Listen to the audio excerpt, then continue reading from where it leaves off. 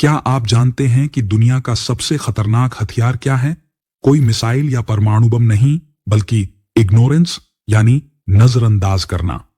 26 नवंबर 2008 की रात मुंबई के साथ यही हुआ। हम सब जानते हैं, ताज होटल जला, कसाब पकड़ा गया और सैकड़ों बेगुनाह लोग मारे गए। लेकिन क्या आप जानते हैं कि इस हमले की नींव 26 नवंबर को नहीं, बल्कि 2 साल पहले शिकागो के एक छोटे से ऑफिस में रखी गई थी।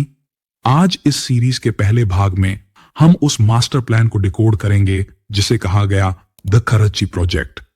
हम जानेंगे कि कैसे एक अमेरिकी नागरिक ने हमारी नाक के नीचे मुंबई की जासूसी की और कैसे हमारे सिस्टम ने हर उस रेड फ्लैग को नजरअंदाज किया जो इस कत्लेआम को रोक सकता था। चलिए गहराई से समझते हैं। इस कहानी का सबसे विवादित किरदार कोई आतंकी नहीं, बल्कि एक गोरा सूट बूट पहनने वाला आदमी है, डेविड कोलमैन हेडली। हेडली कोई मामूली इंसान नहीं था। वह आधा पाकिस्तानी और आधा अमेरिकी था। वह लश्कर ए तैयबा का जासूस भी था और ताज्जुब की बात यह है कि वह अमेरिकी agency DEA, drug enforcement administration का इन्फॉर्मर भी रह चुका था। 2006 में हेडली ने अपना नाम बदला। पहले उसका नाम था दाऊद गिलानी। नाम बदलने का मकसद साफ था, एक क्रिश्चियन अमेरिकन बनकर भारत में आसानी से घुसना। मुंबई के नरीमन पॉइंट पर उसने एक इमिग्रेशन ऑफिस खोला, लेकिन यह ऑफिस सिर्फ दिखावा था। उसका असली काम था रेकी रिकॉनेसेंस। हेडली ने ताज होटल में कई बार चेक इन किया, स्टाफ से दोस्ती की, हर एग्जिट गेट, हर अलार्म सिस्टम, यहां तक कि लिनन रूम तक की तस्वीरें खींची। उसने मुंबई के समुद्री तटों की सैर की और GPS पर उन पॉइंट्स को मार्क किया जहां पुलिस की गश्त सबसे कम थी। और यहां आता है एक बहुत बड़ा क्रिटिकल पॉइंट। हेडली की पत्नी ने खुद अमेरिकी अधिकारियों को बताया था कि उसका पति आतंकियों के साथ मिला हुआ है, लेकिन अमेरिका ने भारत को कोई ठोस जानकारी नहीं दी। ये इंटेलिजेंस की विफलता थी या फिर कोई गहरी कूटनीतिक साजिश? सिंपल भाषा में कहें तो भारत को एक ऐसी शतरंज की बिसात पर मोहरा बनाया जा रहा था जिसकी चालें 7 समंदर पार चली जा रही थीं। अब सवाल उठता है, आतंकियों को ट्रेनिंग कैसे मिली? अक्सर हमें लगता है कि आतंकियों को सिर्फ बंदूक चलाना सिखाया जाता है, लेकिन 26/11 के हमलावरों को मुरीदके के कैंपों में किसी कमांडो की तरह तैयार किया गया था।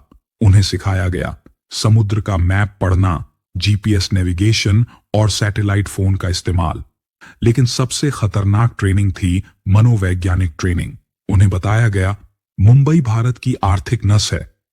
अगर मुंबई को काट दिया तो भारत घुटनों पर आ जाएगा। लश्कर के आकाओं हाफिज सईद और जकीयुर रहमान लखवी ने इसे नाम दिया ऑपरेशन मुंबई। आतंकियों को हर उस बिल्डिंग का नक्शा रटवाया गया जहां उन्हें हमला करना था। यहां तक कि ताज होटल का एक लकड़ी का 3D मॉडल बनाया गया जिस पर वे घंटों प्रैक्टिस करते थे। अब बात करते हैं उस सबसे बड़ी चूक की। 22 नवंबर को ये आतंकी कराची से अल हुसैनी नाव पर निकलते हैं। बीच समंदर में वे एक भारतीय मछली पकड़ने वाली नाव AIM.V कुबेर को पकड़ लेते हैं। कुबेर के 4 नाविकों को मार दिया जाता है और कैप्टन अमर सिंह सोलंकी को बंधक बना लिया जाता है। उसे मजबूर किया जाता है कि वह नाव को मुंबई के तट से 4 नॉटिकल मील दूर तक ले जाए। जैसे ही वे मुंबई के करीब पहुंचते हैं, उसका गला रेत दिया जाता है। अब जरा एक फैक्ट सुनिए, भारत का समुद्री तट 7,500 किलोमीटर लंबा है। 2008 में इस पूरे तट की सुरक्षा के लिए कोई यूनिफाइड कमांड नहीं था। नेवी कहती थी ये कोस्ट गार्ड का काम है, कोस्ट गार्ड कहता था ये मरीन पुलिस का। और मरीन पुलिस, उनके पास ऐसी नावें थीं जो तेज लहरों में चल भी नहीं सकती थीं। आतंकियों ने इसी जुरिस्डिक्शनल कॉन्फ्लिक्ट का फायदा उठाया। जब वे कोलाबा के बद्धवार पार्क पर उतरे, कुछ मछुआरों ने उनसे पूछा, तुम लोग कौन हो? जवाब मिला, अपना काम करो। मछुआरों ने पुलिस को बताया, लेकिन इसे मछुआरों की आपसी लड़ाई समझकर टाल दिया गया। यही कैजुअल एटीट्यूड 26/11 की सबसे बड़ी त्रासदी थी। 26 नवंबर की रात 9 बजे तक आतंकी मुंबई की सड़कों पर फैल चुके थे। उनके बैग्स में थे AK-47, चीनी ग्रेनेड्स और सूखे मेवे, ताकि वे लंबी जंग लड़ सकें। उनके पास किसी सैनिक का साहस नहीं था, उनके पास थी ब्रेन वॉशिंग से पैदा की गई नफरत।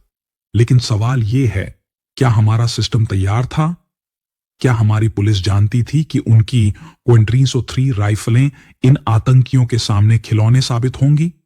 अगले भाग में हम उस खूनी रात के एक एक मिनट को रिकंस्ट्रक्ट करेंगे। हम कसाब के शैतानी चेहरे को देखेंगे और उन गुमनाम हीरोज को भी, जिन्होंने अपनी जान देकर इस शहर को बचाया। अगले भाग के लिए तैयार रहिए, क्योंकि अब असली परतें खुलनी शुरू होंगी। दोस्तों, इमेजिन कीजिए आप मुंबई के सबसे व्यस्त रेलवे स्टेशन पर खड़े हैं। अचानक आपको पटाखों की आवाज सुनाई देती है। आप मुड़कर देखते हैं, लेकिन वो पटाखे नहीं थे, वो मौत की बारिश थी। 22 नवंबर की रात 9:21 बजे जब अजमल कसाब और इस्माइल खान ने छत्रपति शिवाजी टर्मिनल सीएसटी पर गोलियां चलानी शुरू की, तो मुंबई पुलिस के पास इसका कोई जवाब नहीं था।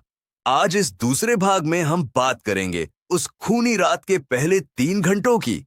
हम जानेंगे कि कैसे हमारी एलीट फोर्स का नेतृत्व करने वाले 3 जांबाज अफसर एक ही जाल में फंस गए और क्यों उस रात हमारी पुलिस को निहत्था कहा गया। चलिए गहराई से समझते हैं।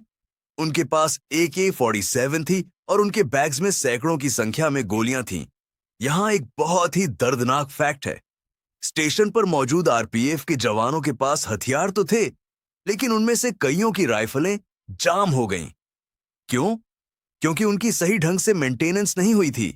कसाब कोई मंझा हुआ फौजी नहीं था, वो सिर्फ 21 साल का एक लड़का था जिसे जन्नत का लालच देकर ब्रेन वॉश किया गया था। लेकिन उसकी ट्रेनिंग इतनी सॉलिड थी कि उसने भीड़ पर शॉर्ट बर्स्ट्स में गोलियां चलाईं ताकि गोलियां बर्बाद न हों। जब पुलिस ने जवाबी फायरिंग की कोशिश की, तो आतंकियों ने चीनी ग्रेनेड्स का इस्तेमाल किया। इन ग्रेनेड्स का धमाका इतना तेज था कि पुलिसकर्मी अपनी पोजीशन छोड़कर पीछे हटने पर मजबूर हो गए। यहां हमारी पुलिस की सबसे बड़ी कमजोरी सामने आई, मॉडर्न अर्बन वॉरफेयर की ट्रेनिंग की कमी। स्टेशन पर कोहराम मचाने के बाद दोनों आतंकी बगल के कामा हॉस्पिटल की ओर भागे। दोस्तों, यहां जो हुआ वो किसी डरावनी फिल्म से कम नहीं था। आतंकियों ने अस्पताल की छत का इस्तेमाल किया और नीचे से आने वाले हर पुलिसकर्मी पर गोलियां चलाईं। इसी दौरान मुंबई पुलिस के 3 सबसे बड़े नाम, हेमंत करकरे एटीएस चीफ, विजय सालास्कर एनकाउंटर स्पेशलिस्ट और अशोक कामटे एडीसीपी, एक ही टोयोटा क्वालिस गाड़ी में बैठकर आतंकियों का पीछा कर रहे थे। पुलिस के प्रोटोकॉल के हिसाब से 3 टॉप ऑफिसर्स को कभी भी एक ही गाड़ी में नहीं होना चाहिए। इसे कमांड एंड कंट्रोल की विफलता कहा जाता है। आतंकियों ने घात लगाकर गाड़ी पर हमला किया। करकरे और उनके साथियों के पास जो बुलेट प्रूफ जैकेट थी, वो आतंकियों की स्टील कोर बुलेट्स को नहीं रोक पाई। तीनों ऑफिसर शहीद हो गए। शहर ने एक ही झटके में अपने सबसे अनुभवी दिमाग खो दिए। अब मुंबई पुलिस बिना किसी नेतृत्व के इस जंग को लड़ रही थी। लेकिन दोस्तों, इसी अंधेरे के बीच एक ऐसी रोशनी निकली जिसने पूरे केस का रुख बदल दिया। गिरगाम चौपाटी पर तैनात एसआई तुकाराम ओंबले के पास सिर्फ एक लाठी थी। जब कसाब और इस्माइल खान ने अपनी चोरी की हुई गाड़ी से भागने की कोशिश की, तो ओंबले ने अपनी जान की परवाह किए बिना कसाब की राइफल की नली को पकड़ लिया। कसाब ने ट्रिगर दबाया। ओंबले के पेट में एक के बाद एक कई गोलियां लगीं, लेकिन उन्होंने राइफल नहीं छोड़ी। इसी बहादुरी की वजह से कसाब जिंदा पकड़ा गया। अगर कसाब जिंदा नहीं पकड़ा जाता, तो पाकिस्तान कभी नहीं मानता कि ये हमला उनके देश से हुआ है। पाकिस्तान का प्रोपेगेंडा तैयार था कि इसे हिंदू आतंकवाद का नाम दिया जाए। ओंबले की शहादत ने न सिर्फ कसाब को पकड़ा, बल्कि पाकिस्तान के उस सफेद झूठ को पूरी दुनिया के सामने बेनकाब कर दिया। रात के 12 बज चुके थे। पुलिस के बड़े अफसर शहीद हो चुके थे। कसाब पकड़ा जा चुका था। लेकिन दोस्तों, ये तो सिर्फ शुरुआत थी। बाकी के 8 आतंकी अभी भी ताज होटल, ओबेरॉय और नरीमन हाउस में सैकड़ों लोगों को बंधक बनाए हुए थे। मुंबई पुलिस को समझ आ गया था कि ये उनके बस की बात नहीं है। अब सबकी निगाहें दिल्ली पर थीं, एनएसजी कमांडो पर। लेकिन दिल्ली में क्या हो रहा था? क्यों भारत की सबसे घातक फोर्स को मुंबई पहुंचने में 9 लंबे घंटे लग गए। क्या वो देरी टाली जा सकती थी? इन सवालों के जवाब हम जानेंगे इस सीरीज के तीसरे भाग पार्ट 3 में। हम डिकोड करेंगे ऑपरेशन ब्लैक टॉर्नेडो को और देखेंगे कि कैसे मीडिया की एक गलती ने हमारे कमांडो की जान खतरे में डाल दी। क्या आप पार्ट 3 के लिए तैयार हैं? दोस्तों, जब घर में आग लगती है तो हम तुरंत फायर ब्रिगेड को फोन करते हैं। हम उम्मीद करते हैं कि मदद मिनटों में आएगी। लेकिन 26 नवंबर की रात जब मुंबई जल रही थी, भारत की सबसे elite force NSG, national security guards, Delhi के पालम एयरपोर्ट पर खड़ी इंतजार कर रही थी। क्यों? क्योंकि उनके पास खुद का कोई जहाज नहीं था। आज इस तीसरे भाग में हम उस ब्यूरोक्रेटिक रेड टैप को डिकोड करेंगे जिसने आतंकियों को 9 घंटे का फ्री पास दे दिया। हम बात करेंगे ताज होटल के अंदर छिपे उन अनजान नायकों की और उस विवादित मीडिया कवरेज की जिसने इस रेस्क्यू मिशन को एक सुसाइड मिशन बना दिया। चलिए गहराई से समझते हैं। दोस्तों, यहां एक बहुत ही कड़वा सवाल उठता है। भारत जैसी उभरती हुई शक्ति के पास अपने सबसे बेहतरीन कमांडो को ले जाने के लिए एक विमान क्यों नहीं था? रात के 10:30 बजे ही महाराष्ट्र सरकार ने केंद्र से एनएसजी की मांग कर ली थी, लेकिन एनएसजी के पास अपना कोई डेडिकेटेड एयरक्राफ्ट नहीं था। नियम के मुताबिक उन्हें research and analysis wing RO के एविएशन रिसर्च सेंटर एआरसी से विमान मिलना था, लेकिन वो विमान चंडीगढ़ में था। फिर एयरफोर्स के IL-76 मालवाहक जहाज को बुलाया गया। जब तक कमांडो मुंबई के कोलाबा पहुंचे, सुबह के 9 बज चुके थे। इन 9 घंटों में आतंकियों ने क्या किया? उन्होंने होटलों के अंदर की लाइटें काट दी, फर्नीचर से घेराबंदी कर ली और सबसे दुखद, सैकड़ों मेहमानों को बंधक बना लिया या मार दिया। सिंपल भाषा में कहें तो हमने आतंकियों को अपनी पोजीशन मजबूत करने के लिए पूरी रात मुफ्त में दे दी। इसे मिलिट्री की भाषा में स्ट्रैटेजिक पैरालिसिस कहा जाता है। ताज होटल के अंदर की लड़ाई किसी जंगल की लड़ाई से भी मुश्किल थी। ताज कोई साधारण बिल्डिंग नहीं है, यह एक भूल भुलैया है। इसमें सैकड़ों कमरे, लंबे कॉरिडोर और गुप्त रास्ते हैं। आतंकियों के पास हेडली के दिए हुए नक्शे थे, जबकि हमारे कमांडो पहली बार उस बिल्डिंग में घुस रहे थे। यहां एंट्री होती है मेजर संदीप उन्नीकृष्णन की। जब उनकी टीम ताज के अंदर आतंकियों का पीछा कर रही थी, तो उन्होंने अपने साथियों को पीछे रहने को कहा। उन्होंने कहा, ऊपर मत आना, मैं उन्हें संभाल लूंगा। उन्होंने अकेले ही आतंकियों को एक कमरे में घेरा ताकि उनके साथी सुरक्षित रह सकें। इसी बहादुरी के दौरान मेजर शहीद हो गए। ताज के अंदर सिर्फ कमांडो नहीं लड़ रहे थे, बल्कि ताज का स्टाफ भी लड़ रहा था। जनरल मैनेजर करमबीर कांग, जिन्होंने अपनी पत्नी और बच्चों को खो दिया, फिर भी होटल से बाहर नहीं निकले और मेहमानों को बचाने में लगे रहे। इसे कहते हैं कर्तव्य, जो बंदूकों से नहीं, रूह से निकलता है। दोस्तों, अब आते हैं इस हमले के सबसे कंट्रोवर्शियल हिस्से पर, लाइव मीडिया ब्रॉडकास्टिंग। उस रात न्यूज चैनल्स टीआरपी की रेस में ये भूल गए कि उनकी रिपोर्टिंग कौन देख रहा है। पाकिस्तान के कराची में बैठे आका साजिद मीर और हफीज सईद टीवी पर लाइव न्यूज देख रहे थे। वे फोन पर आतंकियों को बता रहे थे, देखो, एनएसजी के कमांडो छत से रस्सी के सहारे उतर रहे हैं। तुम्हारे पीछे वाली खिड़की पर पुलिस जमा हो रही है। चैनल पर आ रहा है कि कुछ लोग किचन में छिपे हैं, जाओ उन्हें खत्म करो। यह दुनिया का पहला ऐसा हमला था जिसे हैंडलर्स ने टीवी देखकर रिमोट कंट्रोल से चलाया। क्या यह प्रेस की आजादी थी या गैर जिम्मेदारी? इस घटना के बाद ही भारत में लाइव कवरेज के नियमों को सख्त बनाया गया। 28 नवंबर की सुबह तक ताज का गुंबद धुएं से काला पड़ चुका था। ओबेरॉय ट्राइडेंट को साफ किया जा चुका था, लेकिन नरीमन हाउस में अभी भी जंग जारी थी। नरीमन हाउस में इजरायली नागरिक बंधक थे, जिसकी वजह से यह मामला अब इंटरनेशनल हो चुका था।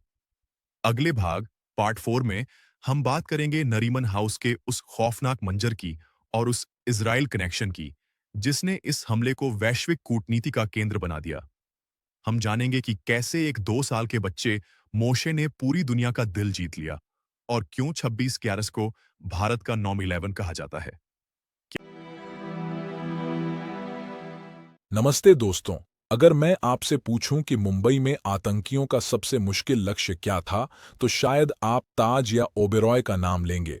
लेकिन स्ट्रेटेजिक दृष्टिकोण से सबसे जटिल ऑपरेशन कोलाबा की एक संकरी गली में स्थित नरीमन हाउस था। यह एक यहूदी केंद्र, चबाड हाउस, था। आतंकियों ने इसे क्यों चुना? क्योंकि वे दुनिया को दिखाना चाहते थे कि उनका दुश्मन सिर्फ भारत नहीं, बल्कि पूरी पश्चिमी सभ्यता और यहूदी है। आज इस चौथे भाग में हम बात करेंगे उस साहसी रेस्क्यू की, जहां एनएसजी कमांडो को हेलीकॉप्टर से छत पर उतरना पड़ा, और हम बात करेंगे उस 2 साल के बच्चे की जो मौत के साए के बीच से जिंदा निकला। चलिए गहराई से समझते हैं। दोस्तों, ताज और ओबेरॉय में आतंकियों का मकसद था ज्यादा से ज्यादा लोगों को मारना, लेकिन नरीमन हाउस में उनका मकसद था बंधक बनाना। यहां 2 आतंकी, नजीर और बाबू ने रब्बी गैब्रियल होल्सबर्ग और उनकी गर्भवती पत्नी रिवका को बंधक बना लिया था। पाकिस्तान में बैठे उनके हैंडलर साजिद मीर उन्हें फोन पर लगातार निर्देश दे रहे थे। इंटरसेप्ट की गई कॉल रिकॉर्डिंग्स, इंटरसेप्टेड टेप्स से पता चलता है कि साजिद मीर उन्हें कह रहा था, इजराइल से बात करो, उन्हें डराओ, सौदेबाजी करो। यह एक साइकोलॉजिकल वॉर थी। नरीमन हाउस के चारों तरफ घनी आबादी और संकरी गलियां थीं। पुलिस नीचे से स्नाइपर्स का इस्तेमाल नहीं कर पा रही थी। आतंकियों ने खिड़कियों पर सोफे और गद्दे लगा दिए थे। यहां एनएसजी को समझ आ गया था कि सिर्फ एक ही रास्ता है, हवाई हमला। इस अंधेरे के बीच एक ऐसी कहानी निकली जिसने पूरी दुनिया को रुला दिया। साल का छोटा बच्चा मोशे होल्सबर्ग अपने माता पिता के बेजान शरीर के बीच खड़ा रो रहा था। आतंकियों को लगा था कि बच्चा कहीं नहीं जाएगा, इसलिए उन्होंने उसे छोड़ दिया था। लेकिन उनकी कुक सैंड्रा सैमुअल, जो खुद एक कमरे में छिपी हुई थी, ने मोशे के रोने की आवाज सुनी। अपनी जान की परवाह के बिना सैंड्रा बाहर निकली, मोशे को गोद में उठाया और गोलियों की बौछार के बीच से इमारत से बाहर भाग निकली। सैंड्रा का यह साहस आज भी मिसाल है। मोशे बाद में इजराइल चले गए, लेकिन सैंड्रा को उनकी बहादुरी के लिए इजराइल की मानद नागरिकता दी गई। यह हिस्सा हमें याद दिलाता है कि नफरत के सबसे बड़े तूफान में भी इंसानियत जीत सकती है। 28 नवंबर की सुबह भारतीय वायुसेना के MI-17 हेलीकॉप्टर नरीमन हाउस की छत के ऊपर मंडराने लगे। एनएसजी कमांडो रस्सी के सहारे छत पर उतरे। यह दुनिया भर के न्यूज चैनलों पर लाइव दिख रहा था, जिसकी चर्चा हमने पिछले पार्ट में की थी। अंदर की लड़ाई हैंड टू हैंड कॉम्बैट जैसी थी। आतंकियों ने ग्रेनेड का इस्तेमाल किया, जिससे पूरी इमारत हिल गई। इसी मिशन के दौरान हवलदार गजेंद्र सिंह बिष्ट शहीद हुए। उन्होंने आतंकियों को एक कोने में धकेल दिया था ताकि उनके साथी आगे बढ़ सकें। अंततः दोनों आतंकियों को मार गिराया गया, लेकिन दुर्भाग्य से आतंकियों ने पहले ही रब्बी और उनकी पत्नी समेत अन्य बंधकों की हत्या कर दी थी। नरीमन हाउस के ऑपरेशन के खत्म होते ही 26/11 का फिजिकल युद्ध समाप्त हुआ। 10 में से 9 आतंकी मारे गए थे और एक कसाब जिंदा पकड़ा गया था। लेकिन दोस्तों, असली लड़ाई अब शुरू होने वाली थी। अब जंग थी कागजों की, सबूतों की और कूटनीति की। दुनिया भर का दबाव पाकिस्तान पर था। क्या पाकिस्तान अपनी गलती मानने वाला था, या वह हमेशा की तरह डिनायल मोड में जाने वाला था? इस सीरीज के आखिरी और 5वें भाग पार्ट 5 में हम डिकोड करेंगे कसाब के उस ट्रायल को जिसने भारतीय न्याय व्यवस्था को दुनिया के सामने रखा। हम जानेंगे कि 26/11 के बाद भारत ने अपनी सुरक्षा में क्या क्रांतिकारी बदलाव किए और क्या आज 2026 में हम वाकई सुरक्षित हैं। नमस्ते दोस्तों, 29 नवंबर 2008 की सुबह जब सूरज निकला तो मुंबई शांत हो चुकी थी, लेकिन देश के अंदर गुस्से का ज्वालामुखी फट रहा था। 166 लोग अपनी जान गंवा चुके थे। 10 में से 9 आतंकी मारे गए, लेकिन एक जिंदा था, अजमल कसाब। आज इस आखिरी भाग में हम उस लीगल बैटल की बात करेंगे जिसने दुनिया को दिखाया कि भारतीय लोकतंत्र और उसका न्याय तंत्र, जुडिशरी, कितना मजबूत है। हम जानेंगे कि 26/11 के बाद भारत ने अपनी सुरक्षा में क्या बुनियादी बदलाव किए, और सबसे अहम सवाल, अगर खुदा ना खास्ता आज ऐसा कुछ हो तो क्या हम 2008 से बेहतर स्थिति में हैं? चलिए गहराई से समझते हैं। दोस्तों, कसाब को भीड़ के हवाले करके उसे सरेआम फांसी दी जा सकती थी। पूरा देश यही चाहता था, लेकिन भारत ने दुनिया को एक मिसाल दी। हमने कसाब को एक वकील दिया, उसके खिलाफ 11,000 पन्नों की चार्जशीट दाखिल की और उसे अपनी बात कहने का पूरा मौका दिया। कसाब ने पहले तो खुद को बेगुनाह बताया, फिर उसने स्वीकार किया कि उसे पाकिस्तान के फरीदकोट गांव से भर्ती किया गया था। उसने बताया कि कैसे उसे जिहाद के नाम पर बेवकूफ बनाया गया और कैसे उसे लश्कर के आकाओं ने मुंबई की तस्वीरें दिखाई थीं। कसाब के जिंदा होने की वजह से पाकिस्तान बैकफुट पर था। शुरू में उन्होंने कहा कि कसाब उनका नागरिक नहीं है, लेकिन जब भारतीय मीडिया और एजेंसियों ने उसके गांव के सबूत पेश किए तो पाकिस्तान को पहली बार आधिकारिक तौर पर मानना पड़ा कि हमला उनकी धरती से शुरू हुआ था। 21 नवंबर 2012 को कसाब को फांसी दी गई, लेकिन दोस्तों, असली मास्टरमाइंड जैसे हाफिज सईद आज भी पाकिस्तान में खुलेआम घूम रहे हैं। यह अंतर्राष्ट्रीय न्याय की एक बहुत बड़ी विफलता है। इस हमले ने हमें अपनी औकात दिखा दी थी। हमें समझ आ गया था कि हमारा सिस्टम 21वीं सदी के युद्ध के लिए तैयार नहीं है। इसके बाद 3 बहुत बड़े बदलाव हुए। भारत ने पहली बार एक केंद्रीय जांच एजेंसी बनाई जो देश भर में आतंकी हमलों की जांच कर सकती थी, नेशनल इन्वेस्टिगेशन एजेंसी NIA। अब NSG को सिर्फ दिल्ली से आने की जरूरत नहीं है। मुंबई, कोलकाता, हैदराबाद और चेन्नई में NSG रीजनल हब्स बनाए गए ताकि रिस्पांस टाइम घंटों से घटकर मिनटों में आ जाए। भारत ने अपनी 7,500 किमी लंबी समुद्री सीमा पर कोस्टल रेडार चेन का जाल बिछा दिया है। अब हर छोटी नाव पर ऑटोमेटिक आइडेंटिफिकेशन सिस्टम AIS लगाना अनिवार्य है। सुधार तो हुए, लेकिन क्या वे पर्याप्त हैं? रिपोर्टें बताती हैं कि आज भी कई राज्यों की मरीन पुलिस के पास फंड्स और ट्रेनिंग की कमी है। क्या हम सिर्फ एक और हमले का इंतजार कर रहे हैं ताकि अगला सुधार हो सके? दोस्तों, 2008 में आतंकी रबर की नाव से आए थे, लेकिन आज के आतंकी हैकर्स और डिजिटल हैंडलर्स हैं। अब खतरा सिर्फ AK-47 का नहीं है, बल्कि ड्रोन हमलों और साइबर टेररिज्म का है। हाल के सालों में हमने देखा है कि कैसे दुश्मन देश ड्रोन के जरिए पंजाब और कश्मीर के बॉर्डर पर हथियार गिरा रहे हैं। आतंकी अब सोशल मीडिया के जरिए युवाओं का ब्रेन वॉश कर रहे हैं, जिसे लोन वुल्फ अटैक्स कहा जाता है। यानी अब आतंकी को पाकिस्तान से आने की जरूरत नहीं है, वह आपके बगल वाले मोहल्ले में इंटरनेट के जरिए पैदा किया जा रहा है। क्या हम एक समाज के तौर पर इतने सतर्क हैं कि अपने आसपास संदिग्ध गतिविधियों को पहचान सकें? 26/11 के शहीदों को सच्ची श्रद्धांजलि यही होगी कि हम एक जागरूक नागरिक बने। 26/11 भारत के सीने पर एक ऐसा जख्म है जो कभी नहीं भरेगा। यह हमें याद दिलाता रहेगा कि हमारी आज़ादी और सुरक्षा की कीमत क्या है। मेजर संदीप उन्नीकृष्णन, तुकाराम ओंबले, हेमंत करकरे और उन 166 मासूमों की यादें हमें यह सीख देती हैं कि सतर्कता ही सुरक्षा की पहली दीवार है। दोस्तों, आपको क्या लगता है? क्या आज का भारत 2008 के मुकाबले वाकई एक अभेद्य किला बन चुका है? क्या हमारी सुरक्षा एजेंसियां अब राजनीति से ऊपर उठकर काम कर रही हैं? अपनी राय नीचे कमेंट्स में विस्तार से लिखें। अगर आपको यह 5 भागों की सीरीज पसंद आई तो इसे शेयर करें ताकि हर हिंदुस्तानी को यह हकीकत पता चले। सलाम उन शहीदों को जिन्होंने हमें बचाने के लिए अपनी जान दे दी। जय हिंद।